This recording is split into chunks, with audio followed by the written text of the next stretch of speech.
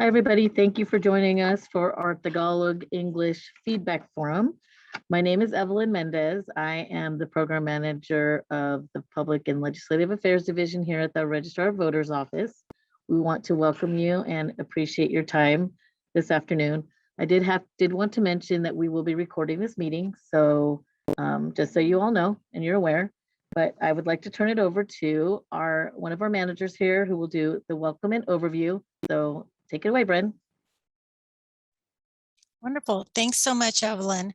Hello, and welcome to the Local Voters' Rights Act Feedback Forum. My name is Bren Lair, and I'm here with a group of County of Santa Clara Registrar of Voters team members to share our information relating to our Local Voters' Rights Act, which we refer to as the VRA. Translation.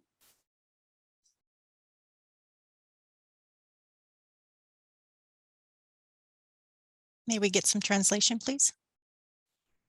Grace? Kumusta po at mabuhay? Masayang pagbati sa lahat ng dumalo sa ating punong-pulong tungkol sa batas ng karapatan ng mga botanteng lokal. Ako po ay si Brenler. Nandito po ako kasama ang mga kasapi ng pangkat ng tagapagrehistro ng mga botante mula sa County ng Santa Clara upang magbahagi ng mga impormasyon na may kinalaman sa batas ng mga karapatan ng mga botante na ang tawag sa Ingles ay VRA o Voters' Rights Act. The local VRA began taking shape many years ago with the implementation of many policies that would benefit our voters. These policies from the Board of Supervisors were innovated and implemented by our registrar, Shannon Boucher, which includes things such as Ang batas ng mga karapatan ng botanteng lokal ay nabuo marami ng taong lumipas sa pagpapatupad ng iba't ibang patakaran na pakikinabangan ng ating mga botante. Ang mga patakarang ito na mula sa lupon ng mga supervisor ay binago at isinakatuparan ng ating tagapagrehistro na si Shannon Boucher, kasama dito ang mga sumusunod. 1, in 2010, our office began placing official drop boxes at all city halls throughout the county for our voters to use. This effect was done to assist our voters with returning their ballots for each election. We did this well in advance of the law that requires that counties provide drop boxes. We are up to 100 plus official drop boxes for each countywide election. Noong taong 2010, ang aming tanggapan ay nagsimulang maglagay ng opisyal na hulugang kahon o drop box sa lahat ng munisipyo sa buong county para magamit ng ating mga botante. Ang pagsisikap na ito ay isinagawa upang matulungan ang ating mga botante sa pagsasauli ng kanilang mga balota sa tuwing may halalan. Maayos itong naisagawa bago pa man ang mandato na mag-utos sa paglagay ng mga drop boxes sa bawat county. Mayroon tayong mahigit 100 na opisyal na drop box sa bawat pangbuong estado ng halalan. 2, the Board of Supervisors also voted to provide free postage paid return envelopes for all vote-by-mail packets. This effect also assists our voters to return their vote-by-mail ballot to our office and was implemented well before it was required by law to provide that free return envelope. Each of our 1 million plus registered voters received this benefit for every election. Ikalawa, ang grupo ng mga supervisor ay nagboto rin na makapagbigay ng libreng sobre na may bayad na selyo para sa pagbabalik sa paraan ng pagboto na gamit ang koreo na tinatawag na VBM o vote by mail. Ang pagsisikap na ito ay nakakatulong din sa ating mga botante na maibalik ang kanilang balota sa VBM sa aming tanggapan at naipatupad ng mabuti bago pa man itong ginawang mandato na maglaan ng libreng pasauling sobre ng balota. Bawat isa sa aming higit 1 milyong rehistradong botante ay nakakatanggap ng ganitong benepisyo tuwing may halalan. And 3, In 2019, the Board of Supervisors approved the change to the Voters' Choice Act model of voting in Santa Clara County. The biggest change this voting model makes is that it removed the restriction of the one assigned polling location for each voter and opened it up to vote centers throughout the county where any one of our voters could go to any one of our vote centers and get their specific ballot printed out just for them. The VCA also requires that all registered voters get a vote-by-mail ballot mailed to them at 29 days before each election.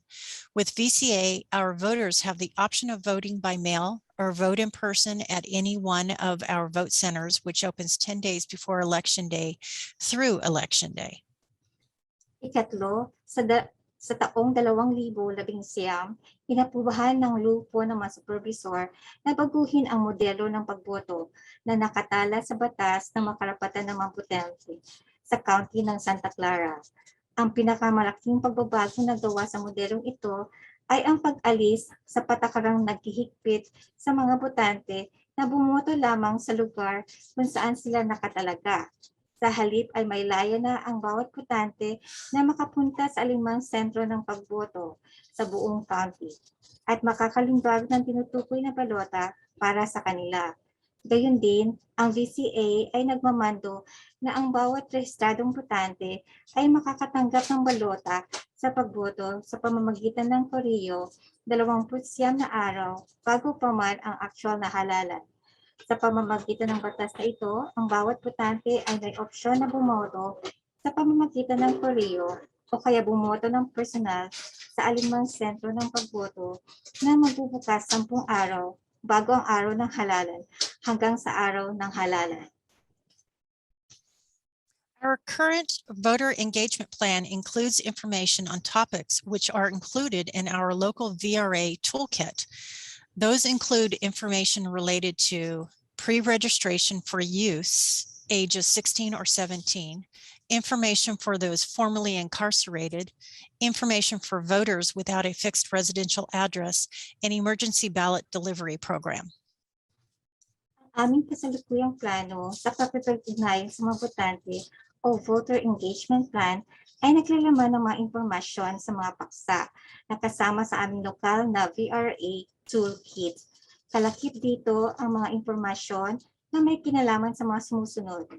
Una, paunang pagpaparehistro para sa mga kabataan na may edad na 16 o 17. Ikalawa, impormasyon para sa mga dating bilanggo. Ikatlo, impormasyon sa mga botanteng walang permanenteng tirahan. At ikaapat, programa para sa emerhensyang pagpapadala ng balota. I would now like to introduce Leslie Smith of our ROV team who will speak on pre-registration. Take it away, Leslie. Buong lugod ko pong pinapakilala si Leslie Smith, ang ating pangkat sa tagapagrehistro ng mga botante, nagbibigay panayam para sa paunang pagpaparehistro. Take it away, Leslie. Thank you, Bren. My name is Leslie Smith, and I am pleased to tell you about the pre-registration program in California.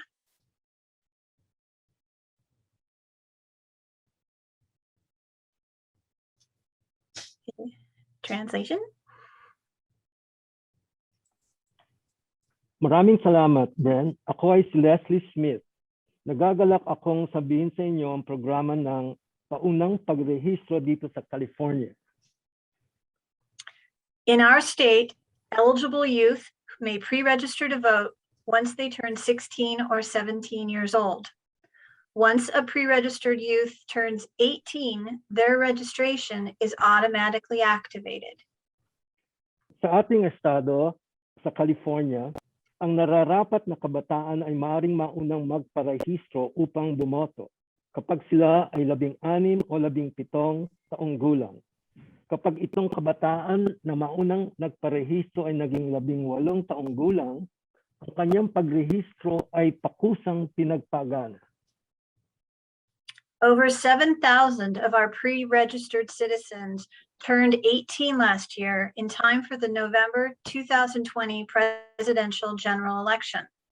Santa Clara County has been in the top 5 counties in the state of California for pre-registration.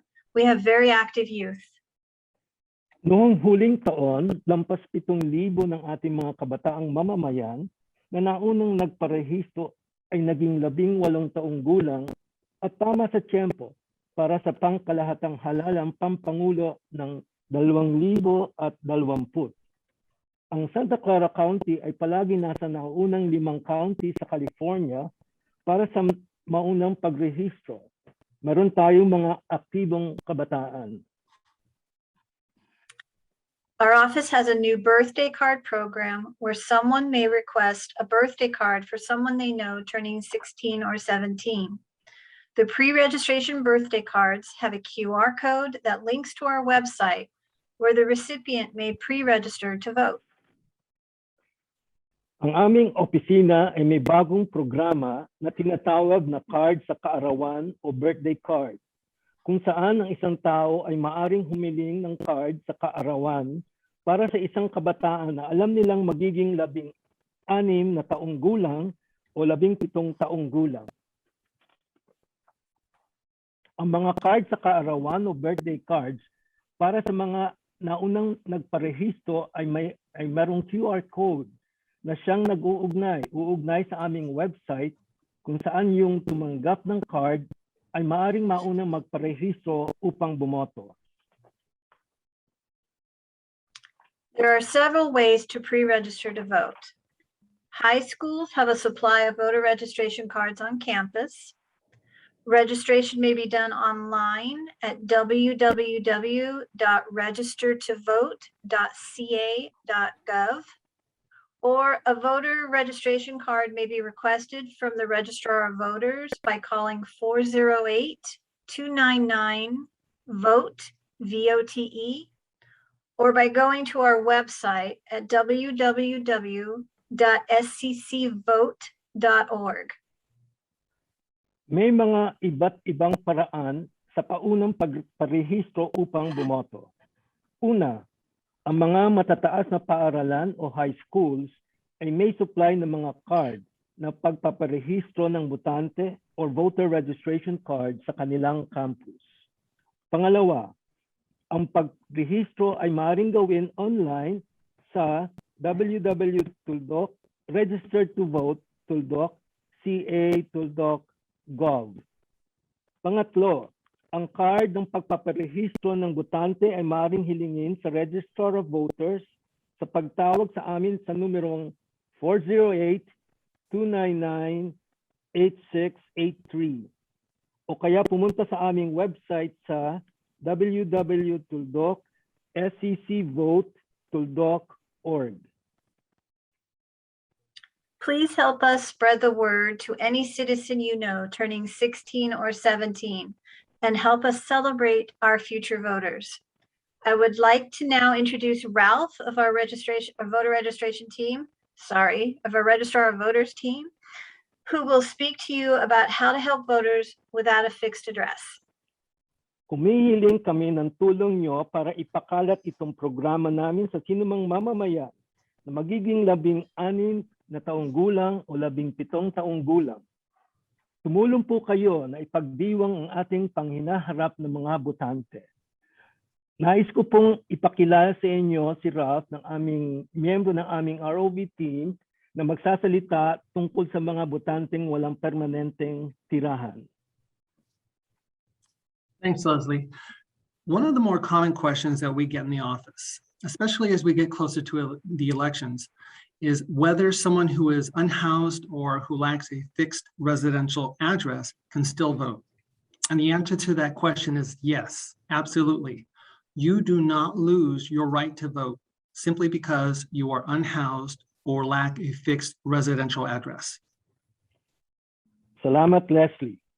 Isa sa karaniwang tanong na natatanggap ng aming opisina, lalo't na palapit tayo sa halalan, ay kung yung mga taong walang bahay o walang permanenteng tirahan ay maaari pa ring bumoto. Ang sagot sa tanong na ito ay oo, karapat-dapat pa rin silang bumoto. Hindi mawawala ang inyong karapatang bumoto kung wala kayong bahay o kulang kayo ng isang permanenteng tirahan. Someone who is unhoused or who lacks a fixed residential address can do one of the following. They can use their last residential address, or they can describe where they're currently residing, city, zip code, and cross streets. That'll help our office determine the proper ballot to provide the voter. And if they have a current mailing address, we'll be able to mail out the election material to the voter. If they don't, they can still come to our office or visit a vote center to pick up their ballot. And as of January 2020, a voter can use a business address as their residential address. Ang isang taong walang bahay o walang permanenteng tirahan ay maaaring gawin isa sa mga sumusunod. Una, gamitin niyo ang huling napatalang address o tirahan. Pangalawa, isalarawan kung saan kayo ngayon tumitira, ang lungsod, ang zip code, at mga kalsadang nagtatagpo or cross streets. Itong paglarawan ninyo ay makakatulong sa aming opisina para matukoy ang naangkot na balota na ibigay sa botante. Kung meron kayong wastong mailing address, ang aming opisina ay maaaring ihulog sa koreo ang mga babasahin ukol sa election sa botante. Kung hindi naman, maaaring pumunta kayo sa opisina namin sa Registrar of Voters o sa anumang malapit na vote center para makakuha ng balota. Simula Enero ng taong 2020, ang batas ay pinapayagan ng isang botante na gamitin ang isang business address bilang kanilang residential address. There's more information on our website for voters with special circumstances. Our office has also been working with partners in the community, such as those that provide social services, to ensure that information on voting rights is included in any materials that they provide their clients. May mga marami pang impormasyon sa aming website para sa mga botante na may mga espesyal na sitwasyon.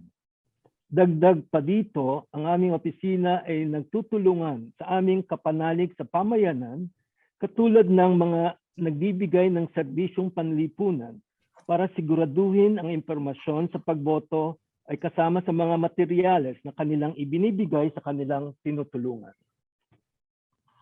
So there's information on your vote to write on our website and in the materials that our community partners are providing.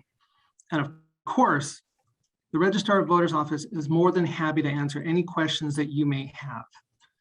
Right now, I'd like to introduce you to my colleague, Claudia, who will talk to you about voting rights for those that are formerly incarcerated. Kaya't ang impormasyon tungkol sa karapatang bumoto ay makukuha sa aming website at sa aming mga kapanalig sa pamayanan. Siyempre pa, ang Registrar of Voters ay laging handang sumagot sa anumang tanong tungkol sa karapatang bumoto. Sa ngayon, gusto kong ipakilala sa inyo ang aking kasamahan na si Claudia. Siya ay magsasalita sa inyo sa mga karapatan ng mga dating nakulong. Thank you, Ralph. Our office is partnering with the county's probation department and the Office of Reentry Services to create a partnership to deliver written and virtual materials to educate and inform those engaged in the reentry process of their voting rights. Those efforts have begun and will continue throughout the summer of 2021. Our office also plans to engage in similar efforts with the youth of Juvenile Hall and the William F. James Ranch, as well as through a partnership with the Bill Wilson Center. Salamat, Ralph. Ang ating opisina ng tagapagrehistro ng mga botante ay nakikipagsosyo sa county ng kagawaran ng probasyon at ng opisina ng serbisyo sa muling pagpasok para bumuo ng pagtutulungan upang maghatid ng pasulat at virtual na materyales na magtuturo at magbibigay ng impormasyon sa mga taong kabahagi sa proseso ng muling pagpasok sa kanilang mga karapatan sa pagboto. Ang pagpupusang ito na sinimulan at magpapatuloy sa buong tag-init ng sa taong 2021, pinaplano rin ng aming tanggapan na makibahagi sa mga katulad na pagsisikap kasama ng mga kabataan sa Juvenile Hall at sa William F. James Ranch, pati na rin sa pamamagitan ng pagkikipagsosyo sa Bill Wilson Center. In the November 2020 election, Prop 17 was passed, which is a California constitutional amendment that allowed voting rights to be restored for persons on parole. We have materials available on our website that show who can and cannot register to vote. We provide instructions on how to complete the voter registration form, a voting inmate guide, as well as a video on our YouTube channel to assist with voter registration in the Santa Clara County jails.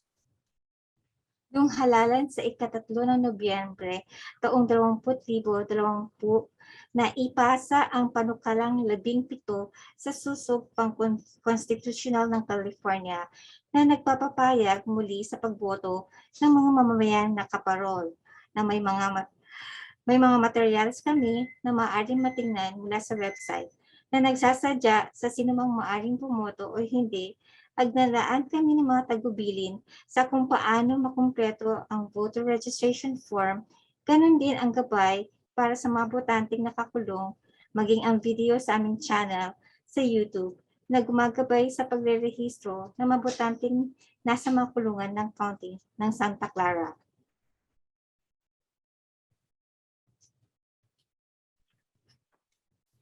The most common asked question that we receive is, can I register to vote if I am currently incarcerated or with past convictions? In most cases, the answer is yes. Individuals who are on probation, parole, community supervision, or even some in jail can vote. The only individuals who are not eligible to vote are individuals who are serving a state or federal sentence in a state or federal prison or in a local county jail or in other correctional facilities. Ang pinakakaraniwan namin natatanggap na tanong ay, maari ba ako magparehistro para bumoto kung sa kasalukuyan ako nakakulong o di kaya dating bilanggo? Kadalasan, ang sagot ay oo. Ang mga individual na nasa probasyon, nakaparol, o nasa pangangasiwa ng komunidad o maging ang ibang nakakulong ay maaring bumoto. Ang tayong individual na hindi karapat-dapat bumoto ay yaong nakasalukuyang nasa pang-estado o federal na bilangguan o paralado para sa isang napatunayang felony o yung mga nasa lokal na kulungan ng county o sa iba pang correctional na pasilidad. We want to get this message out to as many people as possible. So if you have any ideas or suggestions for us to be able to share this with more community members, please share your feedback with us. We are here to help with any questions you may have, and we can provide materials for you to share. I would like to pass the time over to my colleague Alfred to go over the emergency ballot delivery program. Nais namin maiparating ang mensaheng ito sa maraming mamamayan hanggat maaari. Kaya kung mayroon man kayong anumang mga idea o mungkahi upang maipaabot namin ito sa inyong mga komunidad, mangyari sanang pakibahagi sa amin ang inyong tuna. Narito kami upang makatulong sa anumang mga katanungan na meron kayo at makapagbigay kami ng mga materyales na pwede rin ninyong maibahagi sa iba. Gusto kong ibahagi ngayon ang oras sa ating kasamahan na si Alfred Gonzalez upang tingnan muli ang programa sa emerhensyang pagpapadala ng balota. Thank you, Claudia. Hi, my name is Alfred Gonzalez. I'm the manager at the Vote by Mail Division. I'm going to be talking about Emergency Ballot Delivery Program. The Emergency Ballot Delivery Program is designed for voters that are hospitalized, incarcerated, or persons with disability who are unable to retrieve their ballots personally. Ballots are mailed up to 7 days before the election. Salamat, Claudia. Ako po ay si Alfred, ang manager ng Vote by Mail Division.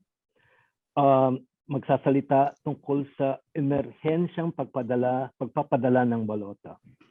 Ang programang para sa emerhensyang pagpapadala ng balota ay binalangkas para sa mga botanteng na hospital, nakakulong, o mga taong may kapansanan na hindi nila makuha ng personal ang kanilang balota. Ang mga balota ay uhulog sa koreo hanggang 7 araw bago ang halalan. The programs commence after ballots are no longer able to be mailed. Voters in these facilities are given the opportunity to have the coordinator request ballots for them, as well retrieve and return them on their behalves. Ang programa ay mag-uumpisa pag hindi na maaring maihulog sa koreo ang mga balota. Ang mga botante sa mga pasilidad na ito ay binibigyan ng pagkakataon na ang kanilang tagapag-ugnay ay humiling ng balota para sa kanila at kunin at isole ang balota ito para sa kanila. Requests are sent to the office either by email or fax. Ballots are prepared as soon as the requests are received and approved. Please provide a pickup time so that we are ready for your visit. Ang mga hiling na balota ay ipapadala sa aming opisina sa pamamagitan ng email o fax. Ang aming balota ay inihahanda kaagad pagkatanggap at pagkaaprubahan ang hiling. Maaaring magbigay ng takdang oras ng pagkuha ng balota o pick-up time para handa kami sa inyong bisita. Applications can be filled out by the coordinator, but must be signed by the voter.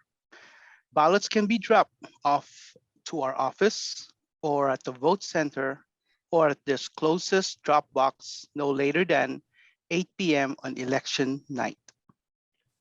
Ang aplikasyon ay maaaring gawin ng tagapag-ugnay, ngunit kailangan pirma nito ng botante.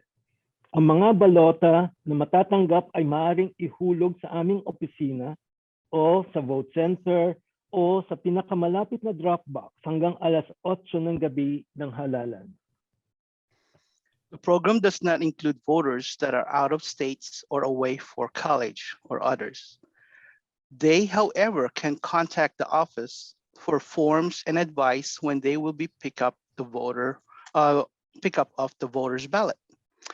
Individual voters can request an emergency ballot by having a personal representative or family member request an emergency ballot application from our website or by calling our office. Ang programang ito ay hindi sinasakop ang mga botante na out of state o labas sa California o layo para sa koleyo, away for college at iba pa. Subalit sila ay maaaring makipag-alam sa opisina para sa form at mag-abiso sa amin kung kailan kukunin ang balota. Ang individual na botante ay maaaring ding humiling ng balota na bigla ang pangangailangan sa pamamagitan ng kanilang personal na kinatawan o isang kapamilya na hihiling ng aplikasyon para sa balota na biglang pangangailangan sa aming website o sa pagtawag sa aming opisina. Okay, now I would like to pass the time on my colleagues who will share information about the many feedbacks opportunities. Sa ngayon, ibibigay ko ang panahon sa aking kasamahan na magbabahagi ng impormasyon tungkol sa mga maraming pagkakataon magbigay ng feedback. Thank you, Manny and Alfred. So we wanted to provide an opportunity. The feedback forum is an opportunity to community, the way to give us any feedback on any of our programs.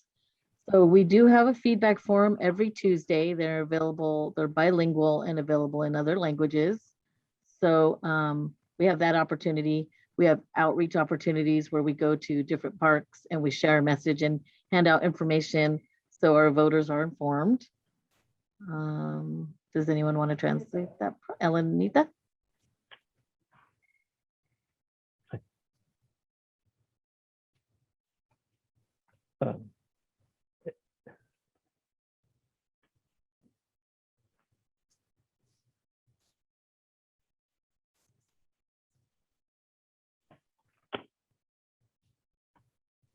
Or Manny or Grace? I'm sorry. Okay, Grace. Sorry, I was mute. Okay, go ahead. Go ahead, Okay, Elenita. Sorry. Thank you, Grace and Manny. Maaari po kayong magbigay ng pahiwatig or feedback dito po sa aming forum. kung meron po kayong iba pang tanong o gusto niyo magkaroon ng iba pang impormasyon, nandito po kami para sa inyo, magbigay ng mga impormasyong kailangan. Okay, thank you. Next slide, please, Yael. We do have other resources. We have our Local Voter Rights Act Toolkit and a flyer that has information about each one of the programs that everyone spoke about.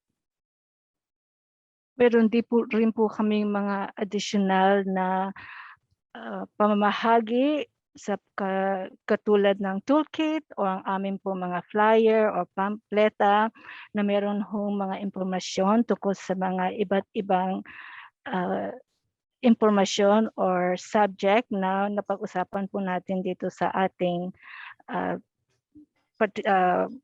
usapan. Thank you.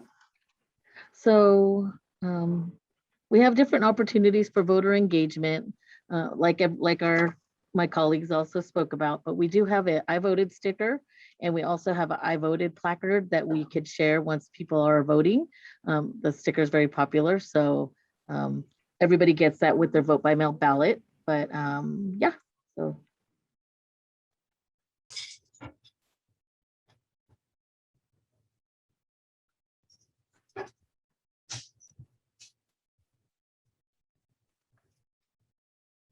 Can someone translate? Meron din po kaming mga I vote sticker na nilalagay din po namin sa aming koreo na pamboto na matatanggap ninyo. Marami po kami nito dito sa aming opisina, so kung kailangan nyo po or gusto nyo po magkaroon ng I vote sticker, ay maaari po kayong humiling dito sa opisina or makukuha nyo po sa koreo. Thank you, Alanita. So we are going to go to the chat where we have some questions and answers. If we want to, we're going to repeat the question in English, and then if one of our translators will help translate it in Tagalog. So let's go to the chat.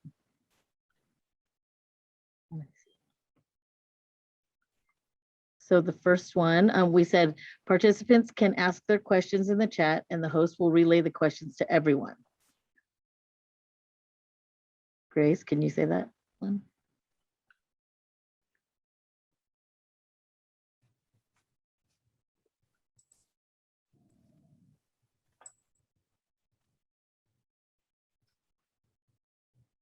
Did we freeze up on the, okay. Manny, are you able to translate that one? Okay. Pinagbibigyan namin ng pagkakataon ang mga nakikinig upang magbigay ng mga tanong nila sa pamamagitan ng chat, at isasali namin sa wikang Tagalog yung inyong tanong at yung sagot na ibibigay ng aming subject matter expert ay isasalin rin namin sa wikang Tagalog. Kaya maaari ho kayong magtanong sa amin. Salamat po. Thank you. And so from our registrar, she says, thank you all for joining us today to provide us feedback on our VRA. Sa aming registrar na si Ms. Shannon Boucher, nagpapasalamat po siya sa lahat na dumalo dito sa pagpupulong at magbibigay sa amin ng mga feedback nyo dito sa karapatan ng mga botante para bumoto. Mabuhay po kayo at welcome. Thank you. And one more welcome from our registrar of voters, Mike Fong. He says, welcome everyone and thank you for being part of the process. Isa pang bumabati sa inyo ay si Mike Fong at bumabati po siya ng welcome sa lahat at salamat po sa pagdalo nyo at maging kasama po kayo dito sa proseso. Si Mike Fong ay isang assistant registrar po dito sa opisina. Okay, so if you have any questions, please feel free to put them in the chat, but we do have a question from Stephen Creek. I recently moved to Santa Clara County. How can I change my voter registration to Santa Clara from my previous county information? And how much time do I have before the next election to change my information? Hi, Stephen. Thank you for your question. Wait, Julia, hold on. We need to translate first. Sure. Thank you.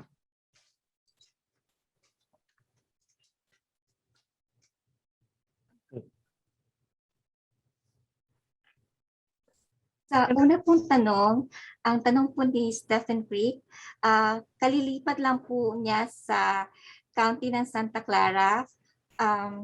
Paano niya ma-update ang kanyang or mapapalitan ang kanyang voter registration sa Santa Clara? Dahil dati po wala po siya sa Santa Clara, so bago lang siyang lipat. Mga ano pong mga ilang araw po bago sa sunod na election na mapapalitan ang aking information. Okay, go ahead, Julia.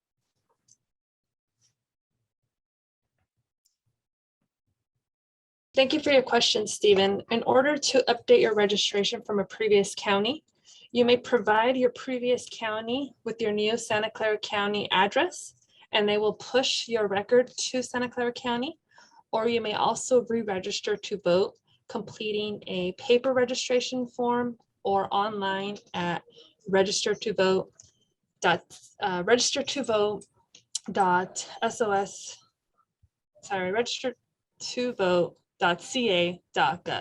I'll put this information in the chat. And you may do so through the election, including election day.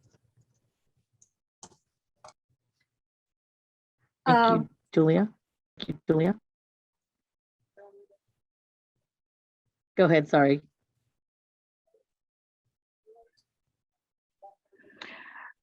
Maaari po ninyong ibigay sa Santa Clara County ang dati yung county address at ang ipapasa po ng Santa Clara County ay informasyon sa dati yung county at yung pong dati yung county ay ibibigay o ipapadala ang record ninyo mula doon para po ma-update or mapabago ang informasyon nyo dito sa Santa Clara County.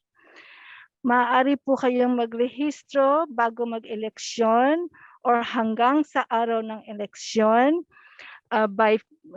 sa pamamaraan ng pagpirma or magkumpleto ng form, registration form dito po sa opisina.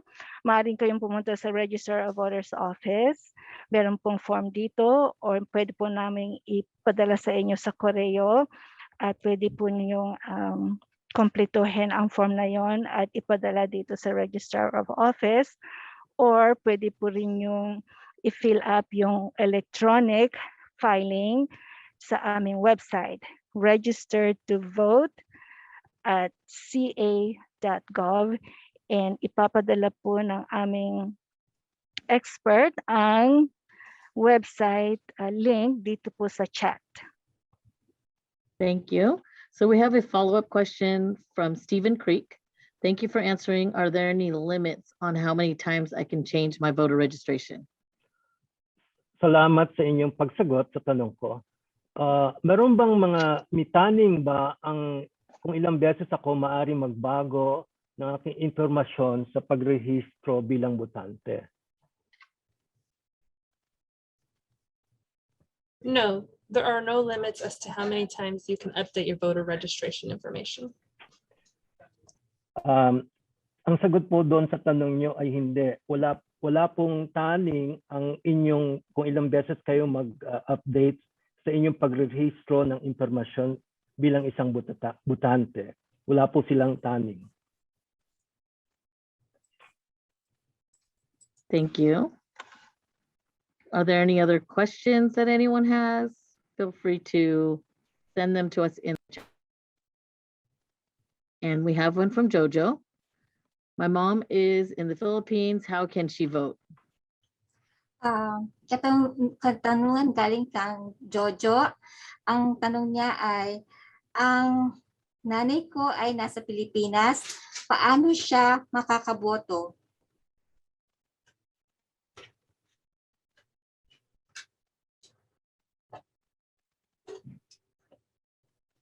Alfred or Julia, would you like to answer that?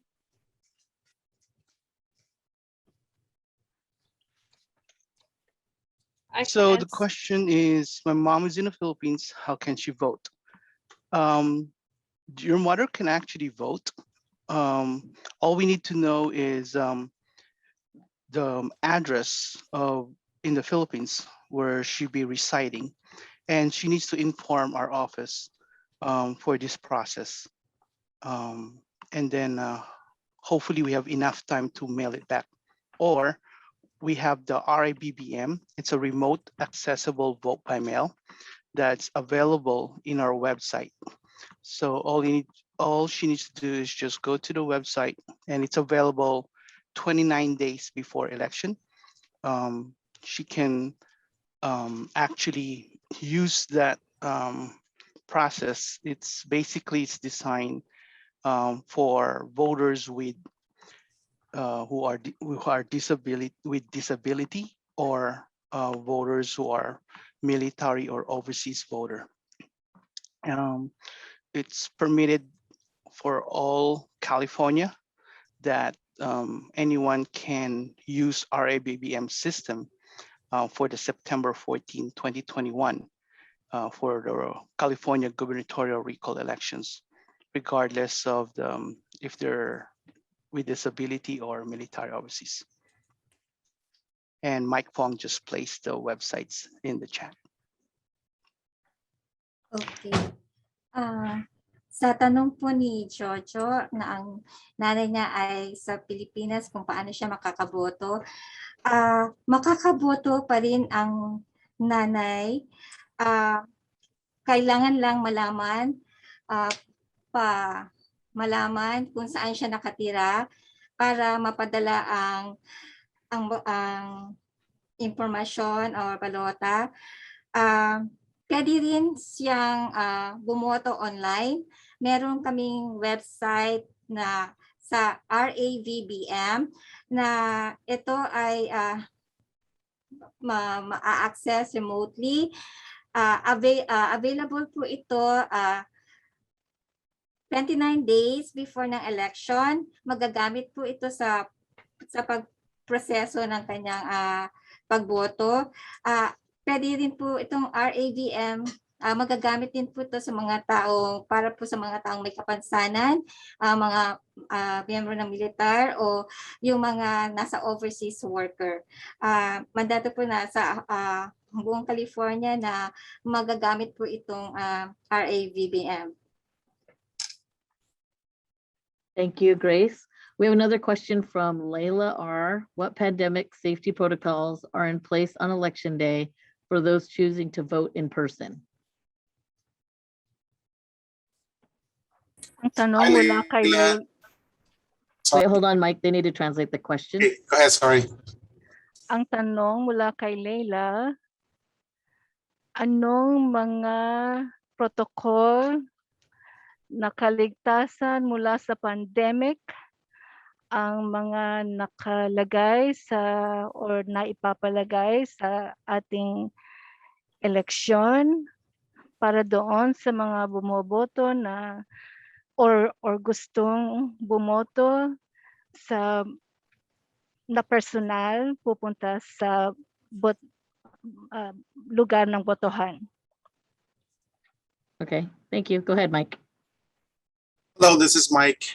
We do have protocols in place in terms of safety procedures, cleaning the vote center's equipment and signage, as well as PPEs available if you do not have the items that you want at the vote centers. For example, we are asking that you wear masks, and we will provide masks if you do not have one.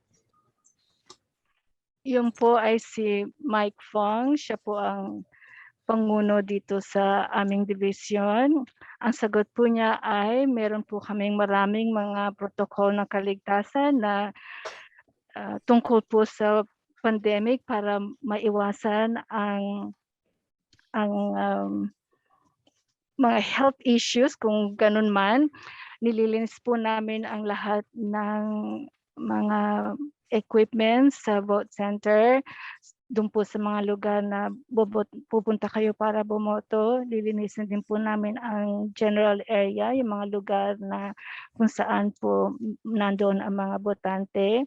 Meron din po kaming mga palatandaan na nakapaligid sa buong vote center para po makita ninyo o mabasa ninyo kung ano ang dapat ninyong gawin habang kayong nandoon na bumoboto.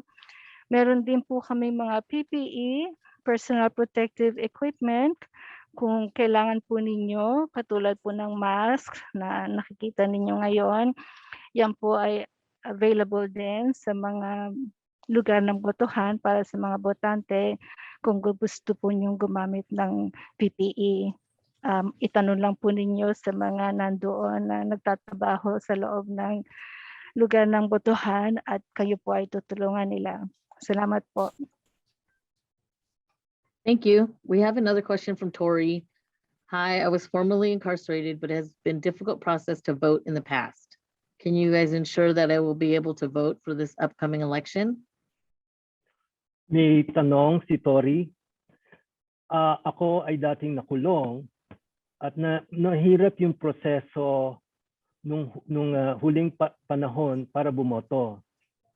Ang tanong ko ay mabibigyan ba ninyo ako ng assurance o mapapanalig ba ang aking loob na ako ay maaring bumoto dito sa eleksyon sa Setyembre 14. Salamat po. Hi, Tori. Thank you for your question. As long as you are registered to vote, you should have no issues voting moving forward. If you are already registered to vote, you should receive a ballot in the mail. Ballots are scheduled to be mailed starting on the 16th. Otherwise, you can call our office to request a ballot be mailed to you. You can also go into any vote center in Santa Clara County and vote at a vote center there. Salamat, Tori. Kung ikaw ay rehistradong bumoto, walang issue na ikaw ay maaaring bumoto sa election dito ng Setyembre 14.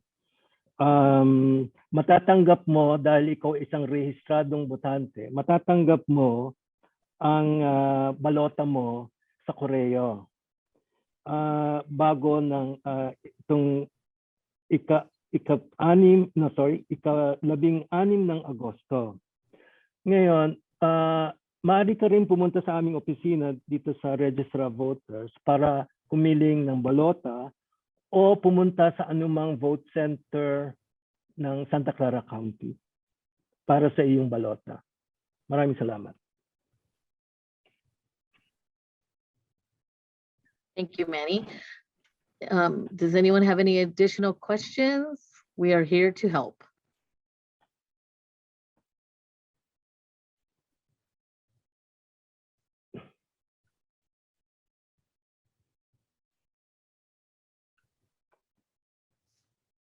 We have a question from Layla. Can I change my language preference anytime?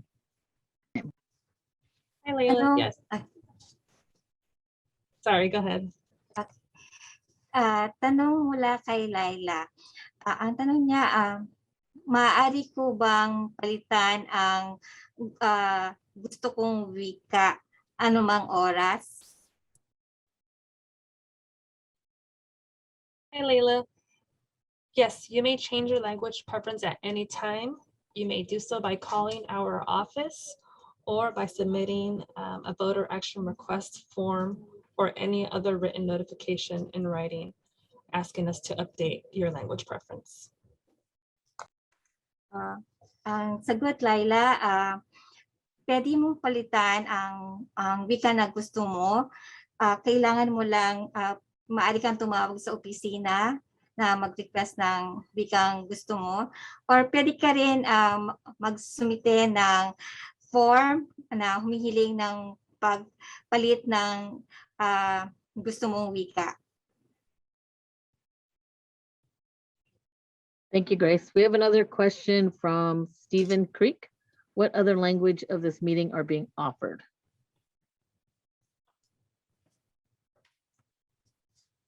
Meron po tayong tanong mula kay Stephen Craig. Ano pang ibang lengguwahe na pinahihiwatig ang mga meeting? Great question from the audience. The answer to Stephen's question, we have a feedback forum next Tuesday in Japanese, then Korean, then Khmer, Vietnamese, Punjabi, and then Hindi. Ang sagot po sa tanong ni Stephen Craig, mabuting tanong mula ho sa Martes, ditong darating na Martes, meron pong feedback forum sa Japanese, Korean. Ev, would you kindly run me through that?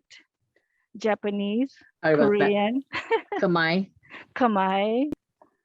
Vietnamese. Yung pong Khmer ay ang native language ng mga is Khmer from where?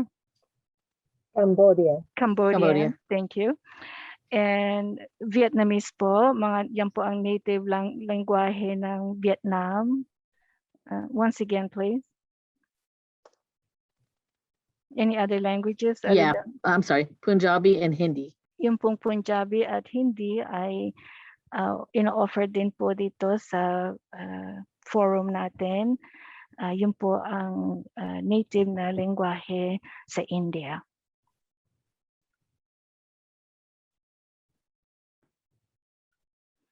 Every Tuesday do we have a different? Yeah, I'm typing them in the chat. So mula every Tuesday po, every Martes, tuwing Martes, iba-iba po ang lengguwahe na tina-translate o ginagamit para sa pagta-translate dito sa aming feedback forum. Salamat po.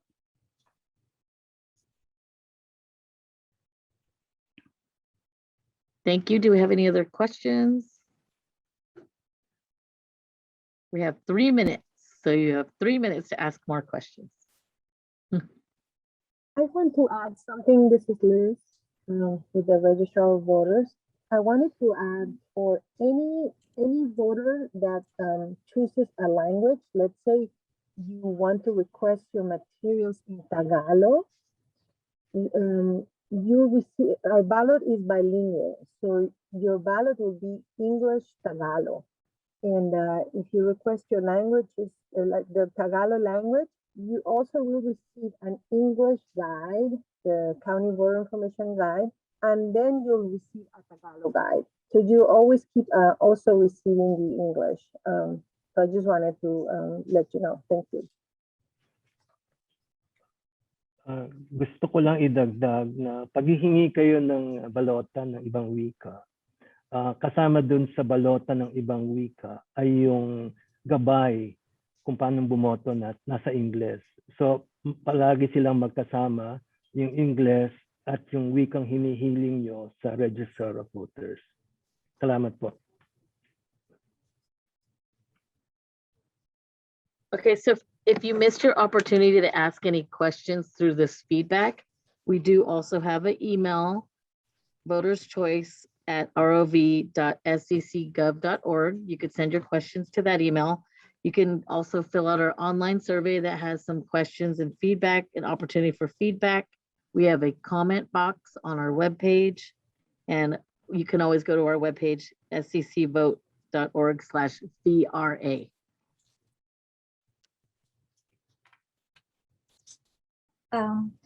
Kung meron po kayong na-miss na mga meetings o mga tanong o mga kung ano pa man, pwede po kayong pumunta sa aming website, sccvote.vra. Pwede rin po kayong mag-email o mag-komento sa comment box. Thank you, Grace. There is another additional question. Is the wearing of a mask mandated in voting? Ang tanong po mula kay Jojo, ang pagsusuot po ba ng mask o takip sa mukha ay mandatory sa ating lugar ng mga botohan?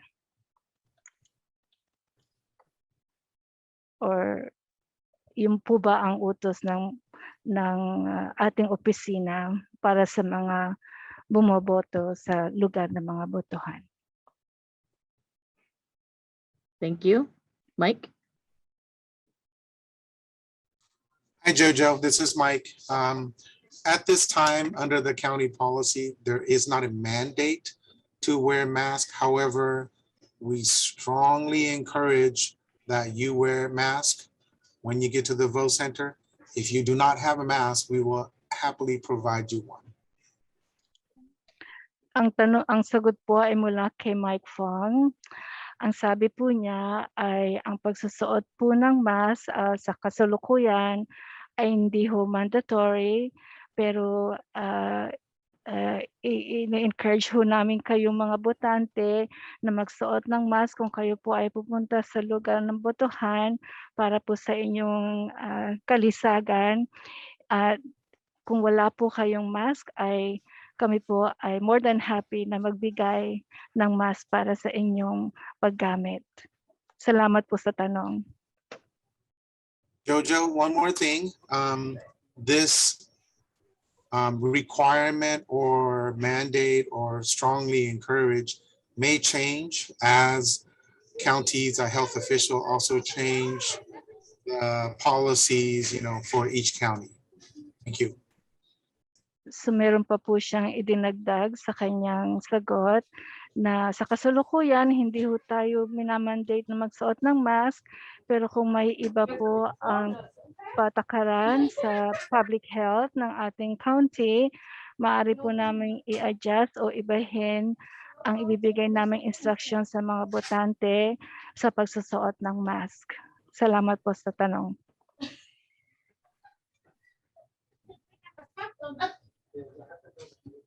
Okay, so if no one has any other additional questions, like I said, you can go to our website. There's opportunities to provide feedback.